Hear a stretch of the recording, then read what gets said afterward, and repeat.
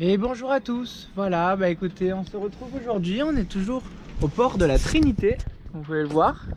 Spindrift est toujours là, Spindrift 2 n'est pas parti encore. Voilà, les autres bateaux se sont éloignés pour aller à Saint-Malo pour le départ de la route du Rhum qui se précise et qui va se dérouler dans quelques jours. Voilà, donc nous sommes à la Trinité, comme vous pouvez le voir, ça souffle pas mal. On est marée haute et il est midi 1h. Donc c'est parfait, on va pouvoir préparer ensemble notre nave. Je vais vous inviter à l'intérieur de Saori. Hop, comme vous pouvez le voir. Alors je vais essayer de vous mettre en place quelque part, de sympa. Je vais prendre mon enceinte comme d'hab. Donc voilà, donc on est parti pour une préparation de navigation classique. Vous avez vu qu'il y a pas mal de vent, que ça souffle un petit peu. Donc moi c'est intéressant pour moi, ça a changé. Il va y avoir beaucoup de gîtes, donc un bon matossage. C'est la première chose à faire, hein, c'est vraiment d'anticiper votre navigation dès le début. Donc on voit dès le début qu'on va avoir pas mal de gîtes, hein, donc un effort supplémentaire sur le matossage. Voilà, je vérifie que vous me voyez bien. Normalement c'est parfait, et puis après on changera de point de vue si besoin. Voilà, bah écoutez, nous on est donc, comme je vous ai dit, à la Trinité-sur-Mer, et il va y avoir un bon coup de vent qui va passer là dans les prochains jours, et il faut savoir que ce sera du vent de sud, et que je trouve ce port assez mal abrité, voire très mal abrité pour du vent de sud. Donc voilà, donc j'en profite aujourd'hui, il va y avoir un peu de vent, donc ça va aller vite. Mais au moins, on va pouvoir aller dans notre nouvelle destination qui n'est que Quiberon, Port-Aliguen. Donc la presqu'île de Quiberon, vous allez tout en bas au bout de la pointe et vous avez Port-Aliguen. Ou... Ouais, c'est ça, Port-Aliguen, qui en ce moment est en travaux. Alors du coup, il y a moins de place, etc. C'est un petit peu plus compliqué, mais ils peuvent toujours accepter des visiteurs pour quelques jours. Je leur ai déjà demandé, il n'y a pas de souci. Voilà. Donc du coup, ça va nous permettre de faire une petite halte là-bas et de continuer notre périple pour se diriger plutôt vers l'Orient, etc. La suite des événements. Voilà, donc on est parti. Hop, je vais le faire assez rapidement comme je le fais d'habitude. Peut-être vous mettre comme ça plutôt. Vous allez avoir un meilleur point de vue. Ouais, c'est un peu mieux, c'est un peu mieux. Alors, du coup on est parti. Nous sommes le 3 novembre. Le départ de la route du Rhum sera dans quelques jours. Et nous, on va s'approcher un petit peu de la pointe. Alors voici un petit peu ce qu'on va faire. Regarde que vous voyez, ouais, vous voyez un petit peu, je vais vous rapprocher le PC.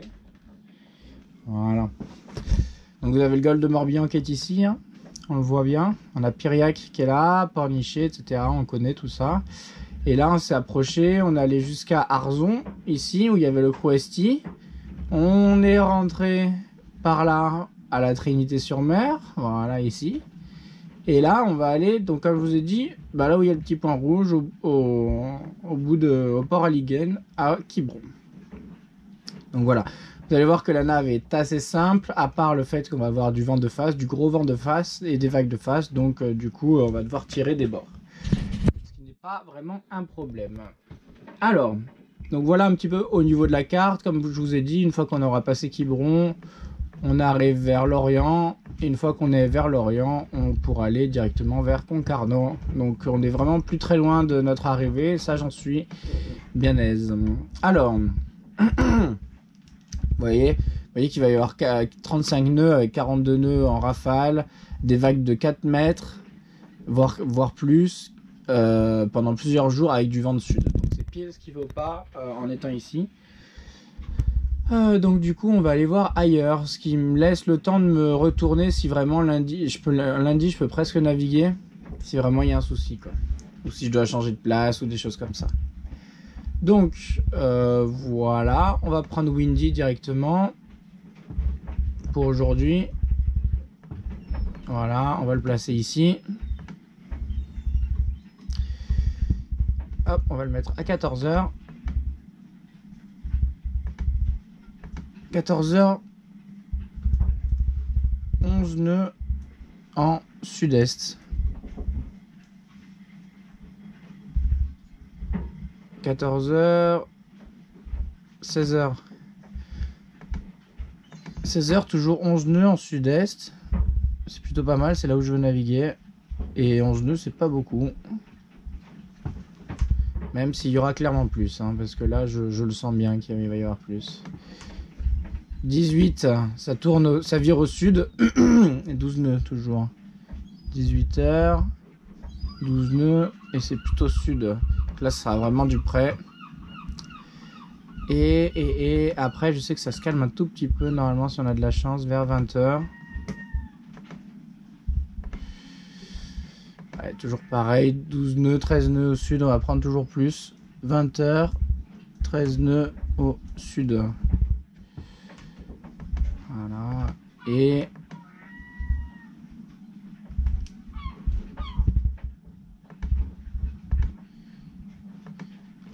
minuit, ça sera du 14 nœuds.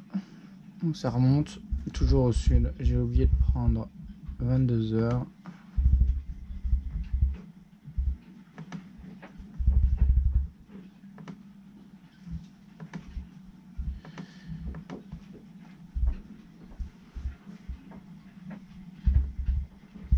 Voilà, on va avoir un bon 15 nœuds dans la tronche pour avancer.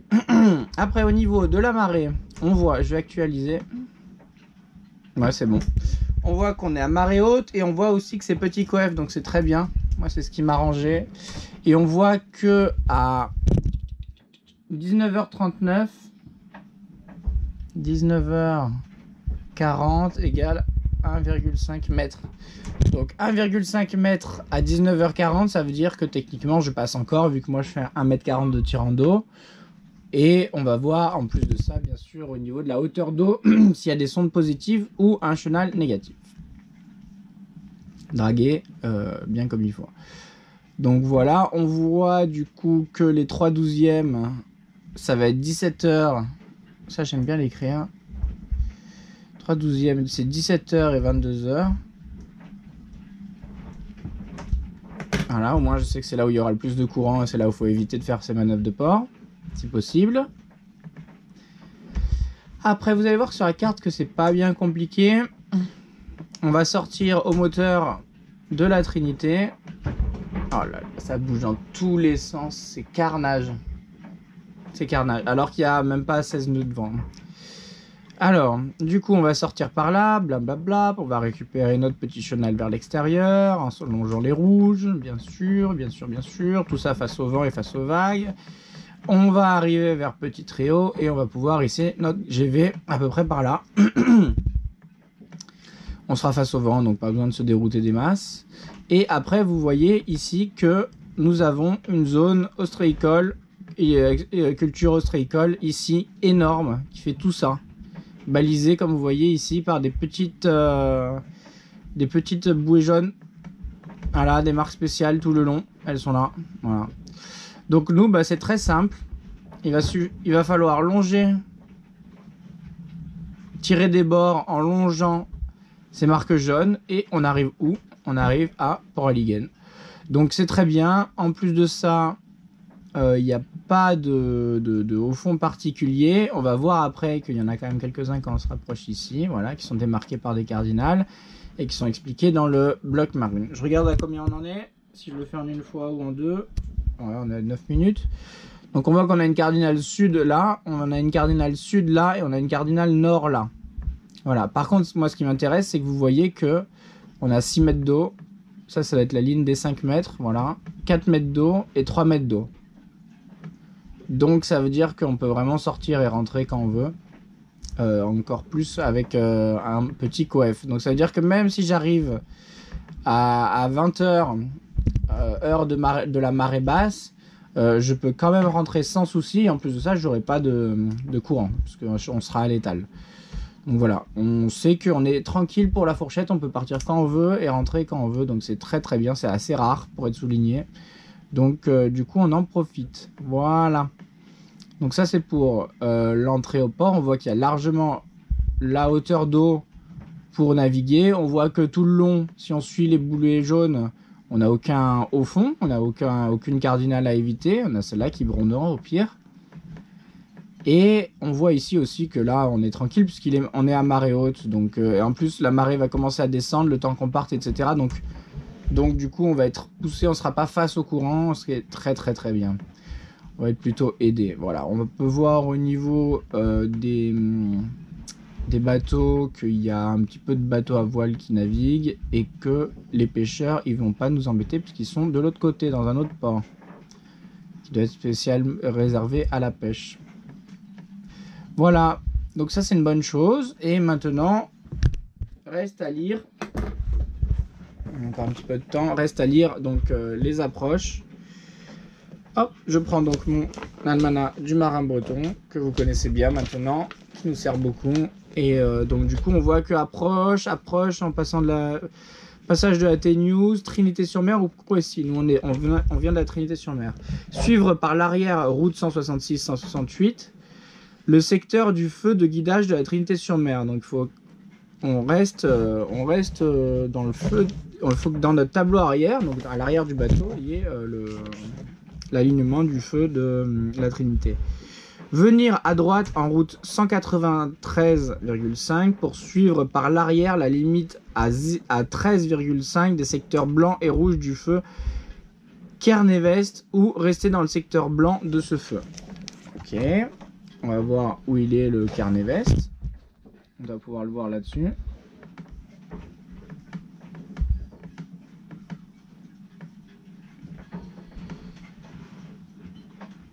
La T-News, le passage de la T-News, il est là. Et le phare de Kernevest, il doit être par là, non?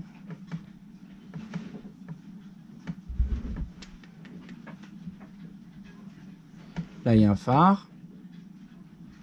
Ah, là, il y a un phare aussi. Là, il y a un alignement, là, on dirait, non? J'ai l'impression qu'il y a un alignement. Et on voit des secteurs jaunes ici. Et tout le reste serait rouge. Le jaune, c'est vraiment le...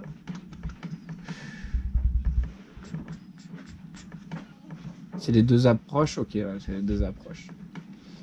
Donc voilà, on va faire attention à celle-ci, surtout. Après, qu'est-ce qu'ils nous disent d'autre? Accès, Port Alliguen est toujours accessible, vents et marées pour les navires jusqu'à 50 mètres de long et 2,50 m de tirant d'eau. De danger, la basse Olibart Nord, donc celle-ci, marquée par une perche cardinale nord. Moi je la vois sud, celle-ci. Et une bouée cardinale sud, donc c'est celle-ci et celle-ci. Voilà, il faut faire gaffe à ça, s'en écarter. Et un haut fond balisé par une bouée cardinale sud. Ici, 1,70 m à 0,25 dans l'est du brise-lame. Voilà, très bien. Donc c'est celle-ci aussi à éviter. Donc c'est bien, on les avait déjà toutes repérées. Capacité 1150 places, donc 115 visiteurs. 34 corps morts, 50 mètres à 2,50 m de tirant d'eau. Et le contact, service, tourisme. Et ben voilà, on est bon. Hop. Quelle heure il est? 13 minutes 50. On peut se permettre de regarder la photo que nous propose le bloc marine.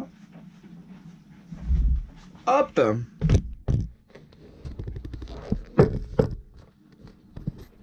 Tac. Voilà, un beau port avec le bassin ouest ici et le bassin est ici, le môle central. Je sais pas où je vais être, mais vous voyez que je vais entrer un petit peu ici. Alors qu'est-ce qu'ils vont nous dire? Navigation, pornichet 34 mètres, la Trinité, vous voyez qu'on a que 7000 à faire, hein, c'est pas grand chose, hein. C'est tout petit même. Sémaphore Saint-Julien en Quiberon, accès permanent par tout temps et à toute heure de marée, de nuit. La bouée Port Alliguen à l'entrée n'est pas éclairée. Attention, ça c'est bon à savoir. Voilà, bah écoutez, nickel. Bon bah voilà, la navigation est prête. Vous avez vu que même une petite navigation de 7000, hein, c'est que dalle, hein, c'est même pas, ça se compte en heures. Hein. On fait quand même notre navigation, ça permet de partir plus serein. Et vous voyez un petit peu les vagues là qui rentrent dans le port et qui font bouger tous les bateaux, et du coup ça fait bouger tout le ponton, et du coup bah, tout le monde bouge. Voilà, et ça c'est à cause de ces petites vagues qui rentrent là. Voilà, bah écoutez, je vous laisse, je vous retrouve tout à l'heure pour un appareillage depuis la Trinité. Bye bye, ciao ciao.